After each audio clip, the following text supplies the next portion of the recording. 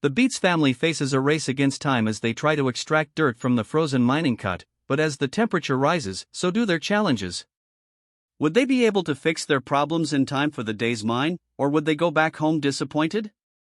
Stay tuned to find out.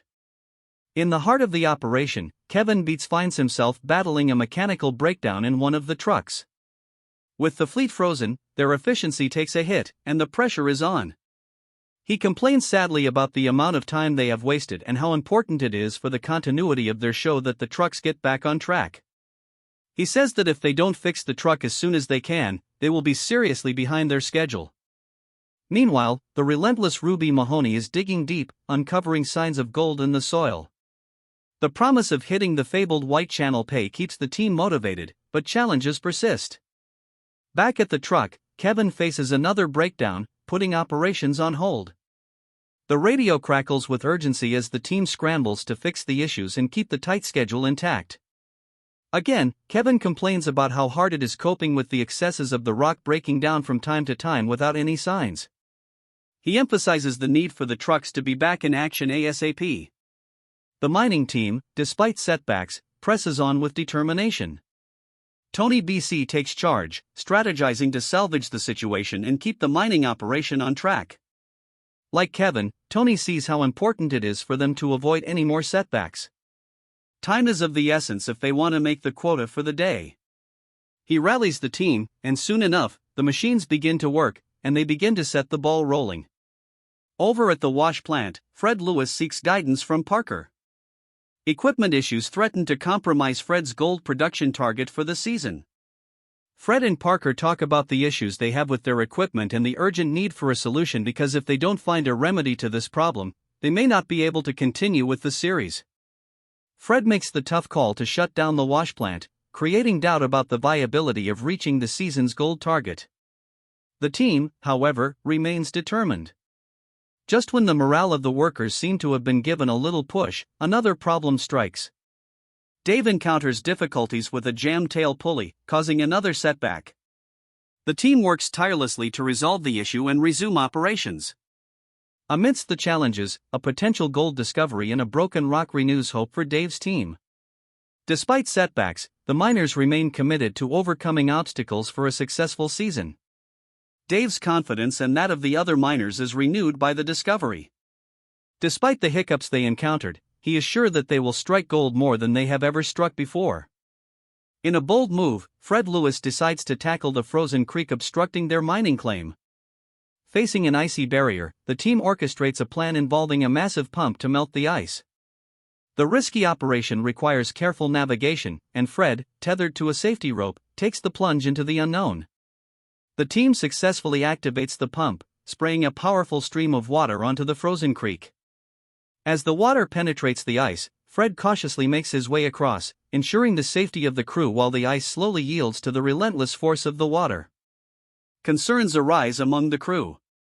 The unpredictability of the situation and the potential risks weigh heavily on their minds. Instead of getting worried and worked up, the crew members enjoy the rush, excitement, and anxiety of the whole season. Their utmost hope, however, is that everything goes according to plan. After hours of vigorously battling the frozen barrier, the team's perseverance pays off. The pump successfully carves a path through the ice, allowing them access to the vital equipment on the other side. With the creek conquered, Fred's team regains access to crucial equipment, and mining operations resume. The victory over the icy challenge injects a renewed sense of determination into the crew as they push forward undeterred by the harsh Alaskan conditions. As the crew returns to mining operations, they encounter a series of challenges that put their skills and machinery to the test. Faulty equipment and unexpected shutdowns become a recurring theme, threatening the efficiency of the entire operation. The pressure is on as they strive to extract as much gold as possible within a limited time frame. Amidst the chaos, expert operator Ruby Mahoney emerges as a key player. With tenacity and determination, she tirelessly operates the machinery, digging deeper into the cold soil in pursuit of the elusive gold. Ruby's expertise becomes a beacon of hope, providing the team with a glimmer of success in the challenging conditions. Meanwhile, Tony's son Mike leads the charge in a massive effort to strip 700,000 tons of dirt from the cold coat. The goal is to hit Paradise Hill's fabled White Channel Pay within a week. A breakthrough moment occurs as they discover what appears to be the distinctive iron-stained yellow soil, a potential indicator of gold-rich ground.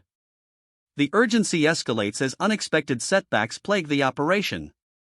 Kevin, Tony's chief mechanic, faces the challenge of keeping the fleet of rock trucks in working order. With multiple breakdowns and a critical shortage of essential parts, the team is forced to make crucial decisions on the fly, further intensifying the race against time.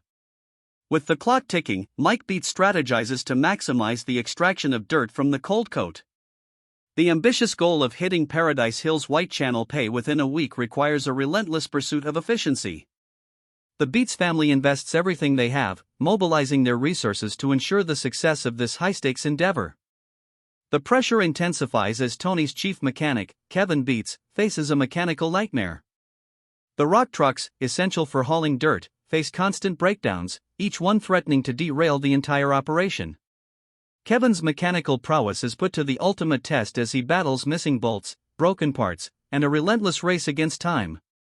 The turning point arrives as expert operator Ruby Mahoney uncovers signs of gold in the cold coat. The distinctive yellow soil, coupled with rounded riverbed rocks, suggests the presence of gold-rich ground. The discovery ignites a spark of hope, fueling the team's determination to persist in their quest for the legendary White Channel Pay. Meanwhile, mine boss Fred Lewis faces a critical decision. Despite faulty equipment, Fred remains committed to mining the challenging terrain. However, the gold yields fall significantly short of the targeted 60 ounces per week. Faced with financial challenges and an uncertain future, Fred contemplates the viability of continuing the operation. In a surprising turn of events, Parker Schnabel, a seasoned gold miner, offers his insights to Fred Lewis.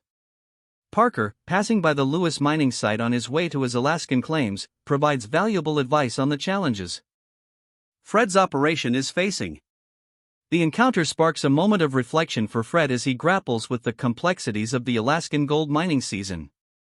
As Kevin BEETS battles the mechanical challenges, the urgency to overhaul the rock trucks intensifies. With several bolts missing and crucial components breaking down, the fleet faces a major setback. Kevin, along with the team, engages in a marathon of repairs, welding, and replacements, determined to bring the trucks back into operational condition. Mike BEETS takes a calculated risk by leaving the critical mining site to fetch additional trucks from the Indian, betting on a swift return. Mike leaves the operation in the hands of the remaining crew members. The decision is a high-stakes gamble, hoping that the gain in truck numbers will outweigh the potential loss in operational momentum during his absence. Tony BEETS faces a managerial dilemma as the mining operation grapples with unexpected breakdowns and delays. With a third of the rock trucks out of action due to mechanical issues, Tony contemplates alternative plans. The need to balance immediate solutions with long-term strategies puts Tony in a tight spot, testing his leadership in the face of adversity. Expert operator Ruby Mahoney becomes the unsung hero as she embarks on a relentless digging marathon. Working day and night, Ruby pushes the machinery to its limits, determined to reach the fabled White Channel Pay. Her unwavering commitment sets the tone for the entire team, instilling a sense of hope and determination amidst the challenging conditions. Fred Lewis finds himself at a crossroads as the challenges mount. With only 118 ounces of gold, well short of the targeted 500 ounces for the season, Fred contemplates the harsh reality. The race against time becomes more pressing as winter looms, adding a layer of complexity to the already challenging decision-making process. The unforgiving Alaskan wilderness continues to throw curveballs at the miners. From mechanical breakdowns to managerial dilemmas and the relentless pursuit of gold, the unpredictable nature of the terrain tests the resilience, adaptability, and sheer determination of each team member. As they navigate through the twists and turns, the outcome remains uncertain, making every decision a critical turning point in the quest for Alaskan gold. The mining drama continues, with each twist and turn testing the miners' resilience and determination. Will their collective efforts lead them to the golden bounty they seek, or will the challenges prove insurmountable? Stay tuned for the next thrilling chapter of Gold Rush, Trials of the Thaw. Don't forget to subscribe and join us on this roller coaster journey through the Alaskan wilderness. In the middle of September, clouds were thick over the Klondike, and Tony BEETS, who was king of the Klondike, was in a hurry to reach his 5,000-ounce goal. His trial didn't lead to anything, though, after finding this scary thing during the gold rush. Is Tony Beets' life over? Let us find out. It looked like a big problem as soon as they started digging, but Tony was still hopeful. His main goal was the 880 pup cut, where more than 500 ounces of channel gold had just been found. As long as Tony could keep the gold coming in, the veins looked good and paid well. Tony only had 900 ounces, though, and the weather was making his plans fail. As it rained, the field turned into a messy mess. No matter what, Tony, who was used to being in charge, couldn't help but think about how it would affect their work. He knew just how dangerous it was, and now he had to face a new truth. This man's drive really moves me, but this task was a lot bigger than his. Tony had already planned to work 24 hours a day, 7 days a week, 12 weeks ago. This showed how determined he was to get through anything that stood in his way. He did things like double the flow of water from the trommel to fit in with the area. It was definitely an even bigger risk. It was a simple goal: get more gold. Tony was responsible for things that happened earlier in the year because he was always eager. Still, the settling ponds weren't strong enough, and there were already signs of trouble there. Over the radio, the team said that several dikes had been broken. Tony had to make a tough choice. He had to shut down the business so he could raise and secure the dikes in the gold rush. It took a lot of time to make the move that had to be made. They worked hard and sweated to keep water from getting where it shouldn't, because the 80 pup cut had to happen right away. Once more, the water levels were going up, and Tony was against them. He couldn't let the weather decide how much money he made in mines. He told the team very clearly that they shouldn't mess with their ponds. Tony told his team that they needed to start working on the project right away. Nick, a trustworthy member of Tony's team, was told to keep a close eye on this needless piece next to the pump. It never stopped raining, and the water kept coming. Tony clearly cared a lot about the dikes, and everyone needed to move quickly. He thought about how hard things were for them and was afraid that he would sink. "I believe that being patient and alert are the best things to do in this case," he said. Nature was fighting back, and Tony was in the middle of it all.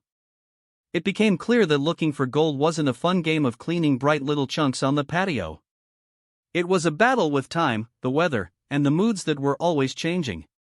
When I think about these problems, I can't help but wonder, will Tony Beets be able to get to his 5,000-ounce gold goal? Of course, the 80 pup had its own sparkle, but rain and rising water were against him, so his chances were not good. He was fighting to stay alive while the sound of machines could still be heard all over the area. Their digger got stuck in a settling pond. Tony knew that they would lose a lot of money every day if this big machine couldn't do its job. They had no choice but to stop. Sure, it was a bother, a huge trouble, but there was no doubt that the digging would